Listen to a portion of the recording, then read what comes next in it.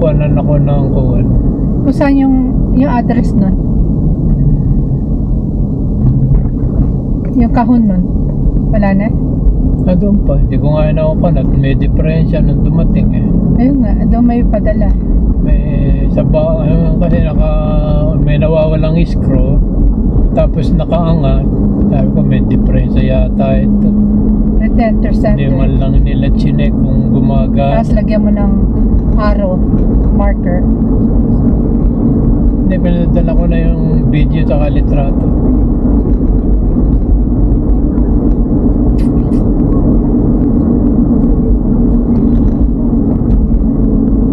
Kasi sinabi mo, send me the item first before gonna send this back. Ay hindi, pinaripan na, iriripan yan. Pare-refund ba? Kung gusto ko nga gift card eBay ang magbabayad Sabi ko no, I want it back to my yung ano yung pinambayad ko doon nila ibalik.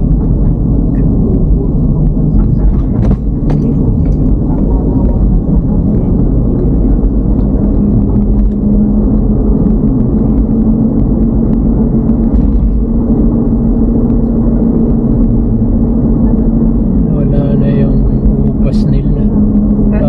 Para pinatene Ay, yung ubas. Yun.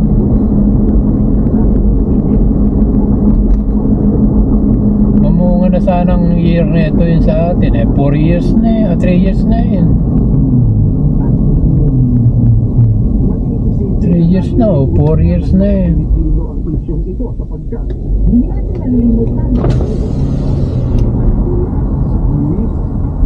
Ano gagawin na ito?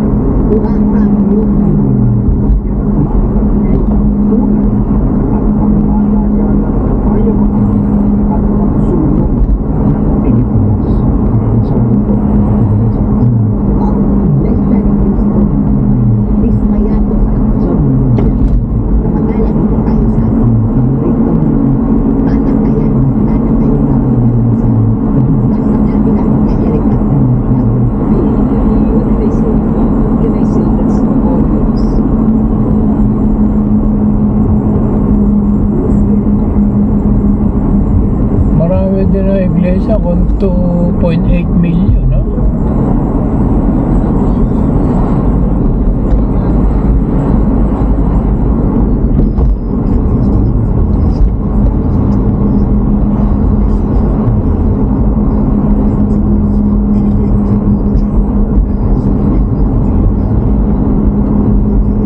Sila Boyet isod yata.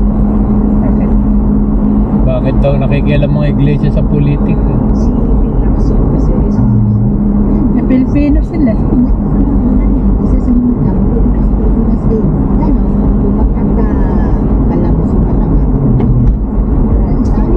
Eh sila ano? Hindi si Bigong ang binuto, si Marcos. Sino? Sila Mari. Pamilya nila.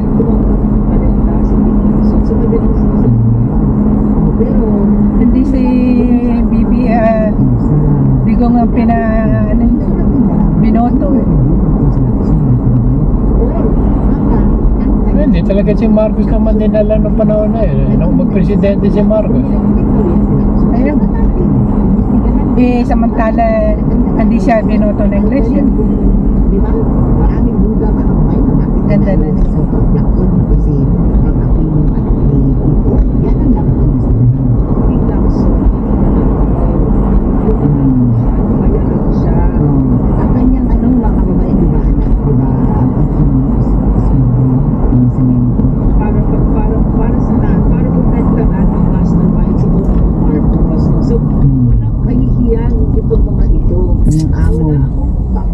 sino siya, kung ano yung titulo niya, kainin niya yung titulo niya.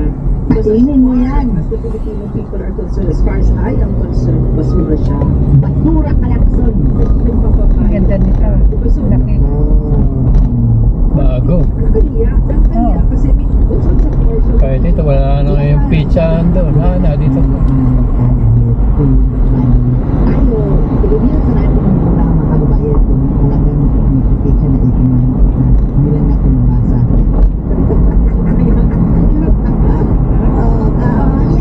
Yan parang naka-agree tayo dyan. You need to verify it's a Marcos version of a Senate president, of a Florida Philippine president.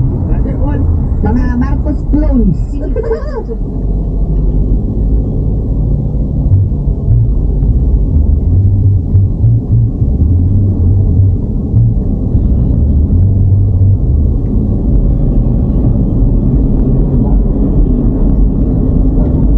Richard Gomez. Parang ayaw mo kang mag-artista.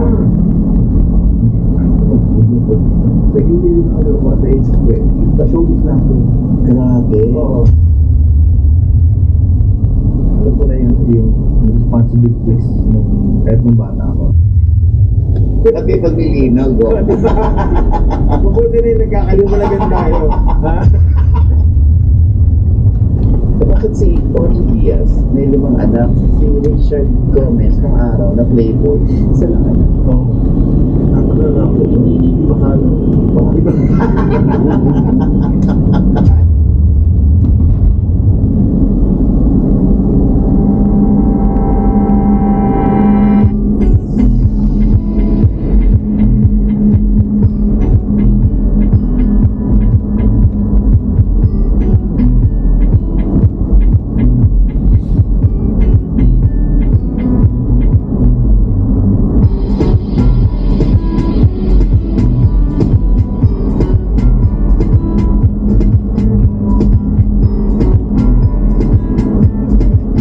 ang makausap, ang dati kong kasama sa palibasa lalaki. Kami ay mga gagagaga pa noong 90s noon. Tapos, ngayon po ay isa ng congressman. First term niya bilang congressman dahil 2 term naman siya naging mayor ng Ormoc City. Sino pa nga bang ating tinutukoy? Congressman Richard Gomez. Alam mo, hindi talaga kita maano kung Gomes ang itatawag sa'yo. Go lang, okay lang. Oo, kaya Gomes na lang yan. Ngayon, congressman ka na. Naninibago ka ba from mayor to congressman? Ano ba difference? Kaya ba yung trabaho? Pag mayor ka, lahat ng mga ginagawa ng batas dito sa Congress, yun yung ini-implement ng mayor. Yung mayor naman, talagang diretso sa tao, takbo ka na takbo sa city. Pag mayor ka, napakalaki ng workforce mo rin sa Ormoc City. Ang workforce mo more than 2,000. Unlike sa Congress, dito talagang very streamlined dito. Kunti lang kayo. Ano na naman dito. So kasama yung researchers dito, gumagawa kayo ng batas, susunod mo, tulong-tulong kayo. Dito naman, marami mga debate, mga questioning, mga ganun. Hindi yung budget ng departamento, ano ba yung naging accomplishment nila? Kasi hihingi sila ng pera sa gobyerno eh. So yun yung trabaho Dadaan sa natin, inyo. dadaan sa Congress yun. Yung pag binibigyan namin na budget sa inyo, nagagamit nyo ba ng tama yun? O baka sobra-sobra hinihingi nyo, hindi nyo rin nagagamit. Yun, pinifiscalize. Hindi mo ma-imagine, boss, na mararating ko ito na napakalayo na narating mo from a fast food service group. Yes. Ano kasi nung pumasok ko talaga sa akin yung public service yung 1998 na nalo ng pagka-presidency at this time. I don't know if you remember, ginawa niya ang presidency ng high school group sa Boston. Yung panahon na yun, yun yung time na planning yung mamamayan na isa program o yung kung dito na gusto ko talaga tutulong sa tao. The best na ang position sa gobyerno. So, kasi nila gusto ko tulong sa tao to serve. Pero hindi ka na, I mean, you felt devastated kasi yung iyong atikain, advokasya, yung hindi pinalat mo sa Congress. Oo, kasi kung party list, sa second time na nagkaroon ng party list election, although yung nakuha namin ng voter was over 3 million votes na nire-record at that time para sa isang upuan ano yung 250,000 lang. So, sobra-sobra yung panalo namin. Pero kinalaban kami, pinutesta yung party namin at Hindi yung huminto yung ano? decision na Ano? natalo kami dahil Yun. we do not belong Bus. to the Bus. marginalized sector. Ano Tuloy-tuloy yung marginalized? Kailangan daw, party list ka, galing ka sa mga mahihirap. Sabi ko, naglalaban namin dito, drug addiction. Eh, yung problema ng drug addiction, walang delineation yun sa mahirap at sa mayaman. Correct. Diba? So yun, doon kami, disqualify kami. It was disheartening. So ito, just because we do not belong to the marginalized sector, disqualify kami. Pero ikaw ba po, since disheartened ka, eh di ba tumakbo ka pa senador? Pinapatuloy ko yun. I really tried. I kept on trying. Sabi ko, one day, makakuha ako rin. So finally, I decided to run for Congress ulit. So try ko, decided talaga sa Congress. Enjoy ako makipag-alakakan. Enjoy ako makipag-debate. Enjoy ako makipag-discuss. Kurso. Tapos na-disqualify din ako. First time ko tumakbo ng Congress sa Ormond. Kaya nga napaupo si Lucy. Dahil nag-substitution kami. And eventually, nanalo naman ako ng mayor. So nakita ko talaga na dahil siguro dahil sa strong advocacy ko for anti-drugs, marami talagang lumalaban sa amin. Kita mo yung mga supporters na laban natin talaga. Mga drug money tumatakbo. Alam kasi nila na pag nakaupo ako, alam na, lalabahan ko talaga sila. Oo, wala kang takot. So look at what happened to Ormoc City. Ormoc City, nung bago ko naging mayor, used to be the drug capital of Eastern Visayas of Region 8. Nakaupo ka. Nakaupo ko, hindi ko makikita. Mas mayor. Eventually, nalinis namin yung problema ng droga. Maraming nawala ng mga drug pusher. Yung mga drug addict na rehab namin. Eventually, Ormoc City became one of the safest cities in the Philippines. So that itself, malaki accomplishment para sa akin. Tapos yung sports program, pinag-duty ko kasi ginawa naman. Siyempre, neta rin ako kasi yung passion ko for athletes. Gusto ko na madala ko sa mga bata namin sa Fort Vista sa Ormoc City. Naging maganda yung performance sila at marami sa kanila nasa national team na, marami sa kanila nasa mga malaki eskwela na as varsity players. So, yun, that itself, nakita ko na yun. Kasi Pati yung fencing mo, hindi pinapaturo. Umabot sa ako. Oo. Hindi, sa Ormoc. At the same time, sa anak mo, Yes, so, nag-fencing.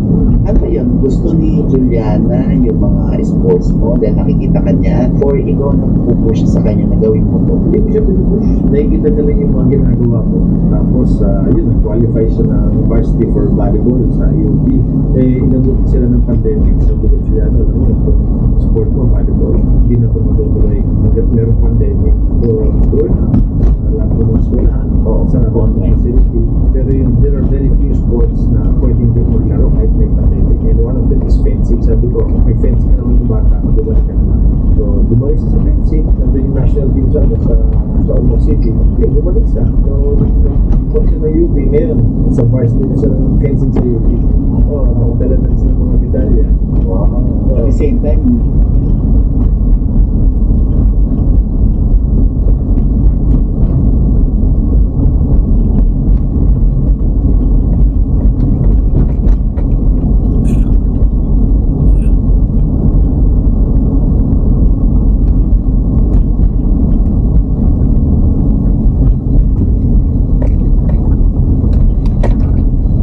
scholar si Juliana. At the same time, scholar siya. Marami siya graduate. Next year, graduate si Juliana sa public administration. So, inuhol mo rin siya sa public service. Hindi. Nakita ko lang, nagulat niya ako kasi akala mapapasok siya ng either law or magmamasok siya for film. Nung pumasok siya ng public administration, sabi ko, okay na rin yan. Kasi habang mayor ako, lahat ng